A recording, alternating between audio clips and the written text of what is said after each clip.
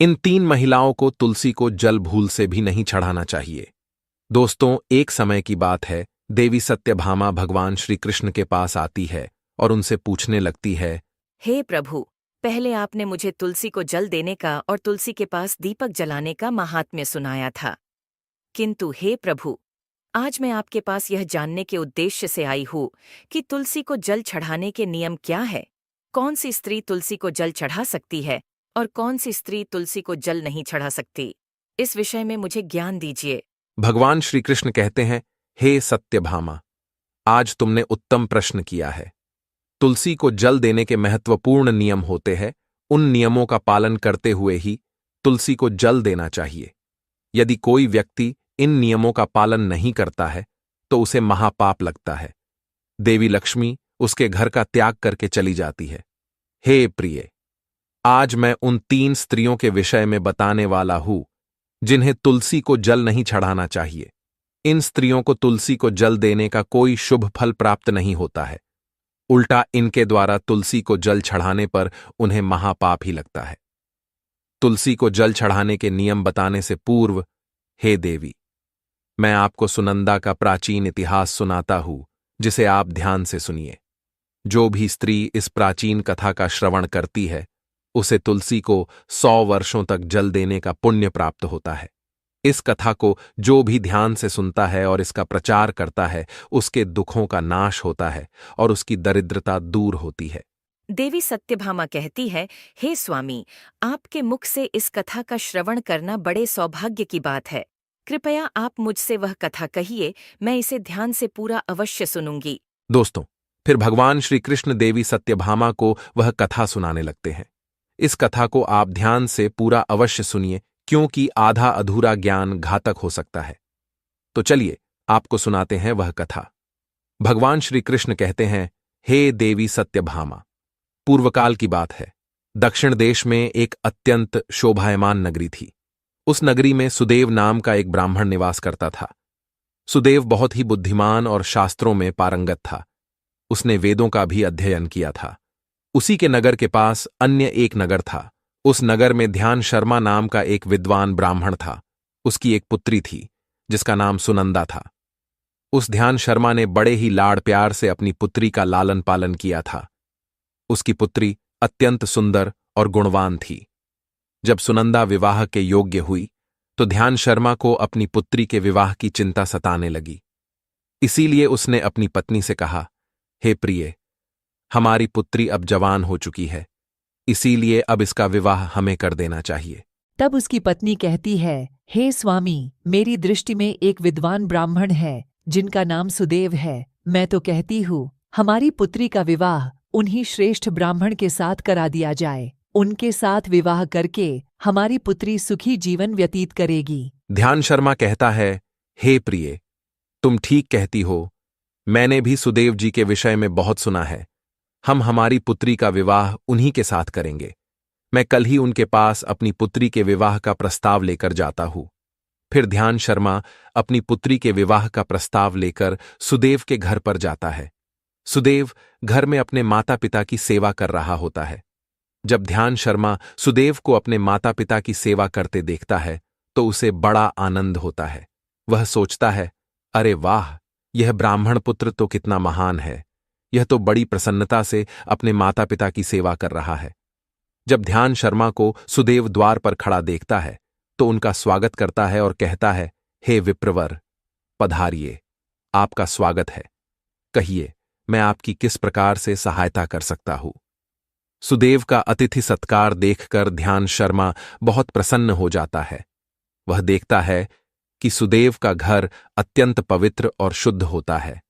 उसके घर के सामने तुलसी का पौधा होता है और घर के अंदर भगवान विष्णु की प्रतिमा रखी हुई होती है।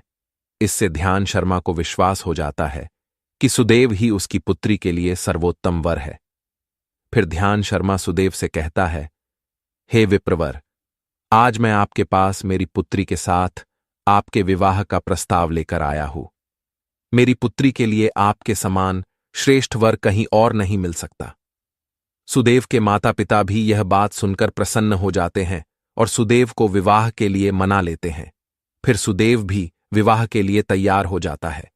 विवाह का मुहूर्त तय किया जाता है और एक पवित्र स्थान पर सुदेव और सुनंदा का विवाह संपन्न किया जाता है। सुनंदा के सुंदर और मनमोहक रूप को देखकर सुदेव बहुत प्रसन्न होता है। सुनंदा अत्यंत गुणवान और चरित्रवान स्त्री थी। विवाह के बाद जब सुनंदा सुदेव के घर पर जाती है तो वह अपने पति और सास ससुर की बड़ी सेवा करती है। अपनी मधुर वाणी और कार्यों से वह सभी के मन को जीत लेती है। सुनंदा के ससुराल वाले भी उसके कार्य से बहुत संतुष्ट रहते हैं।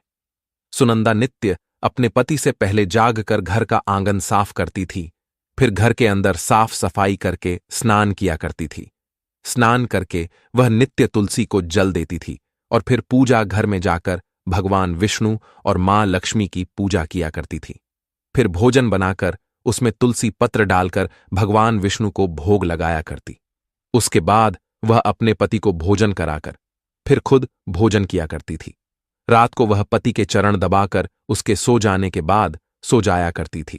सुनंदा के अंदर एक पतिव्रता नारी के सभी लक्षण थे और वह अपने पति को ही परमेश्वर मानकर उनकी सेवा करती थी।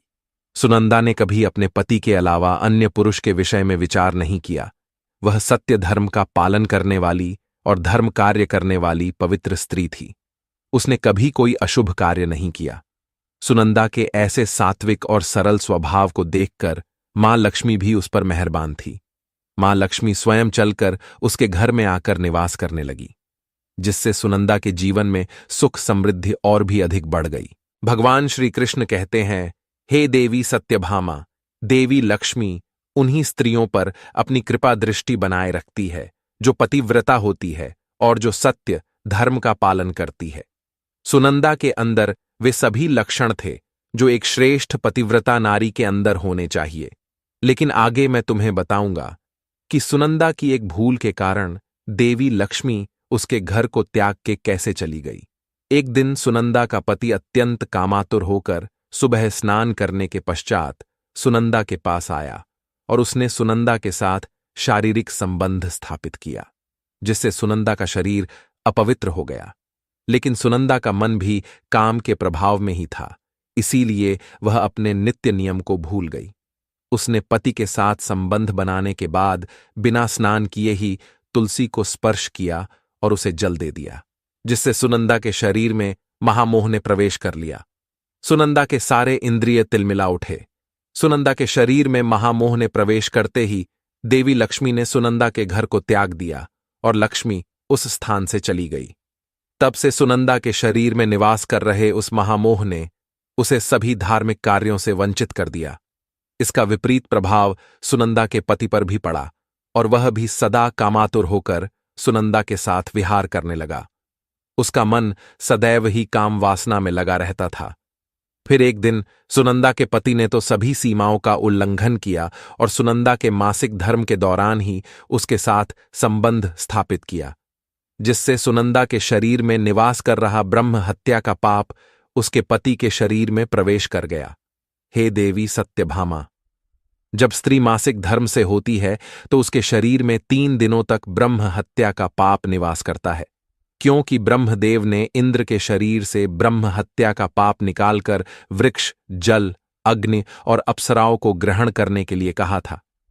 उसी समय से स्त्रियों के शरीर में मासिक धर्म के दौरान ब्रह्म हत्या का पाप निवास करता है, और जो भी पुरुष मासिक धर्म के दौरान स्त्री को स्पर्श करता है अथवा उसके साथ संबंध बनाता है तो यह पाप उसके शरीर में प्रवेश कर जाता है।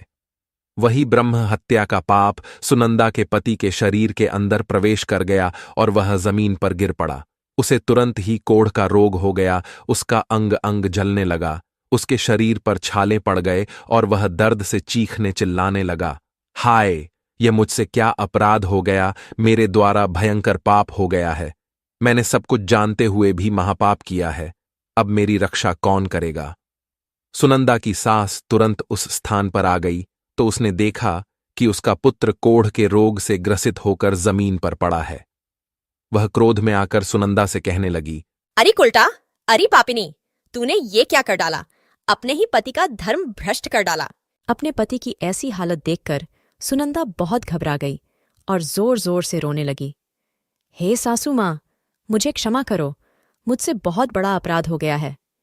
काम के वशीभूत होकर मेरे द्वारा यह अपराध हो गया है। सुनंदा की सास ने कहा, हे पापिनी, तू इस घर से अभी चली जा। तुझ जैसी कुलटा स्त्री को इस घर में नहीं रहना चाहिए। तूने मेरे बेटे के जीवन को नरक बना दिया। सुनंदा कहती है, हे सासू माँ, मैं कहाँ जाऊँ? मेरे पति के अलावा मेरा कोई नहीं है। मैं उन्हें छोड़कर जीवित नहीं रह सकती। सुनंदा की सास कहती है, तू कहीं भी जाकर मर जा, लेकिन अब तू इस घर में निवास नहीं कर सकती। इतना कहकर सुनंदा की सास ने उसे धक्के मारकर घर से निकाल दिया। फिर सुनंदा दुखी होकर घर से निकल गई। उसे अपनी भूल पर बड़ा पछतावा होने लगा। उसे कुछ भी समझ में नहीं आ रहा था कि वह क्या करे। सुनंदा चलते चलते एक वन में जाती है। उसी वन में एक साधु का आश्रम होता है। तब वह उस आश्रम पर सहायता मांगने के लिए जाती है तो वहां पर कोई नहीं होता है। सुनंदा उसी आश्रम पर जाकर बैठ जाती है और अपने दोष के विषय में सोचते हुए दुखी होने लगती है। फिर कुछ समय बाद एक ऋषि उस आश्रम पर आते हैं जिनका वह आश्रम होता है। जब वे ऋषि एक स्त्री को अपने आश्रम पर दुखी बैठा हुआ देखते हैं तो आश्चर्यचकित हो जाते हैं और पास जाकर उस स्त्री से पूछने लगते हैं, हे कल्याणी, तुम कौन हो और किस कारण से इस स्थान पर अकेले बैठी हो? तुम्हारे दुख का क्या कारण है? तब वह स्त्री कहती है, हे मुनिवर, मेरा नाम सुनंदा है। मेरे द्वारा घोर पाप हो गया था। उसी कारण से मैं अपने परिवार से बिछड़कर इस स्थान पर आई हूँ। वह ऋषि कहते हैं, हे देवी, ये क्या कह रही हो तुम? तुमने कौन सा पाप किया है? मुझे विस्तार से बताओ। मैं तुम्हारी कोई सहायता कर सकूं तो प्रयत्न अवश्य करूंगा। सुनंदा कहती है, हे मुनिवर, मेरे द्वारा घोर पाप हो गया है। मासिक धर्म के दौरान मैंने पति के साथ संबंध बनाया। इसी कारण से मेरे पति कोढ़ रोग से ग्रस्त हो गए और दुख भोग रहे हैं। फिर ऋषि कहते हैं, बेटी, तुम चिंता मत करो। तुम्हारे द्वारा जो पाप हुआ है उसका प्रायश्चित करो। तुम्हें पाप से मुक्ति मिल जाएगी। तुम इस आश्रम में बैठकर भगवान विष्णु की पूजा करो। तुलसी को नित्य जल दो और गौ माता की सेवा करो। तुम्हारा पति जल्दी ही ठीक हो जाएगा। फिर वह सुनंदा वहीं पर उस आश्रम में रहकर भगवान विष्णु की नित्य पूजा करने लगती है। रोज स्नान करके वह ब्रह्मचर्य का पालन करते हुए तुलसी को जल चढ़ाती है और तुलसी के पत्र डालकर भगवान विष्णु को भोग लगाती है। फिर गायों को चारा डालती है, उनकी सेवा करती है। दिन भर वही भगवान विष्णु की मूर्ति के आगे बैठकर भगवान विष्णु की भक्ति करने लगती है। इस प्रकार से 1 वर्ष बीत जाता है। भगवान विष्णु सुनंदा की दृढ़ निष्ठा और भक्ति से अत्यंत प्रसन्न हो जाते हैं और सुनंदा को साक्षात दर्शन देते हैं। भगवान विष्णु को साक्षात अपने सामने खड़ा देखकर सुनंदा उन्हें बारंबार प्रणाम करने लगती है। तब भगवान विष्णु सुनंदा से कहते हैं, हे पुत्री, तुमने बड़ी ही श्रद्धा से और भक्तिभाव से मेरी आराधना की है, इसीलिए अब मैं तुम पर प्रसन्न हूं। कहो, तुम्हारी क्या कामना है? तब सुनंदा कहती है, हे प्रभु, कृपया मुझे बताइए, मेरे किस दोष के कारण मेरे अंदर काम का वास हो गया, जिस कारण से मेरे द्वारा घोर पाप हुआ और मेरे पति को कोढ़ का रोग हो गया। भगवान विष्णु कहते हैं, हे पुत्री, अब तुम ध्यान से सुनो। तुम्हारे द्वारा अनजाने में ही एक पाप हुआ था, जिस कारण से तुम्हारे अंदर महामोह ने प्रवेश कर लिया था। एक दिन तुमने अपने पति के साथ संबंध बनाने के बाद बिना स्नान किए ही तुलसी को जल दिया था। पति पत्नी जब रतिक्रिया करते हैं तो उनका शरीर अपवित्र हो जाता है और ऐसी अवस्था में तुलसी को कभी स्पर्श नहीं करना चाहिए। तुलसी लक्ष्मी का ही रूप है। तुमने अपवित्र अवस्था में ही तुलसी को जल अर्पण किया था, जिस कारण से देवी लक्ष्मी तुम्हारे घर का त्याग करके चली गई और फिर महामोह ने तुम्हारे अंदर प्रवेश कर लिया। उसी महामोह के कारण तुम्हारे और तुम्हारे पति के अंदर काम का प्रभाव अधिक बढ़ गया और मासिक धर्म के दौरान स्त्री के साथ संसर्ग होने के कारण तुम्हारे पति को कोढ़ का रोग हो गया था। वह सुनंदा कहती है, हे प्रभु, अनजाने में मुझसे यह बड़ा पाप हो गया था। अब इस पाप का क्या प्रायश्चित है?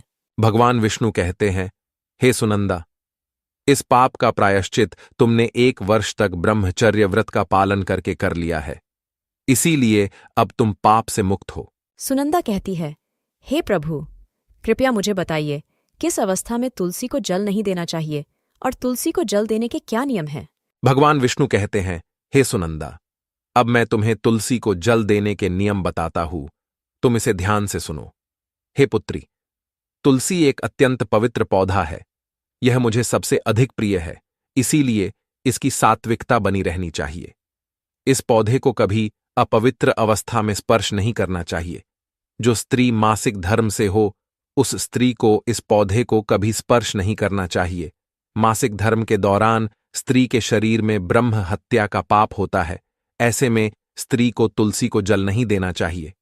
किसी भी स्त्री और पुरुष को संबंध बनाने के बाद तुलसी के पौधे को स्पर्श नहीं करना चाहिए और ना ही इसे जल देना चाहिए। संबंध बनाने पर स्त्री और पुरुष का शरीर अपवित्र हो जाता है। ऐसी अवस्था में तुलसी के पौधे को स्पर्श करने पर दोष लगता है। देवी लक्ष्मी ऐसे स्थान से चली जाती है। हे पुत्री, जो स्त्री अपने पति का त्याग करके चली गई हो, जो विवाह के पश्चात अपने पति को छोड़कर अन्य पुरुष के साथ निवास कर रही हो, ऐसी स्त्री को भी तुलसी को जल नहीं चढ़ाना चाहिए। तुलसी की पूजा करने का अधिकार केवल पतिव्रता स्त्रियों को ही है। जो स्त्री असती होती है, उसे तुलसी को जल नहीं चढ़ाना चाहिए। हे सुनंदा, अब मैंने तुम्हें तुलसी को जल देने के संबंध में महत्वपूर्ण नियम बताए हैं, तुम इसे ध्यान में रखो। तब सुनंदा कहती है, हे प्रभु, मेरे पति कोढ़ के रोग से पीड़ित है, कृपा करके मेरे पति को रोग से मुक्त कीजिए। तब भगवान विष्णु कहते हैं, हे सुनंदा, तुमने इस तुलसी के वृक्ष की 1 वर्ष तक पूजा की है। यह अत्यंत पवित्र पौधा है। अब तुम इसके पत्ते ले जाकर अपने पति को खिला दो, वह रोग और पापों से मुक्त हो जाएगा। इतना कहकर भगवान विष्णु अंतर्ध्यान हो जाते हैं।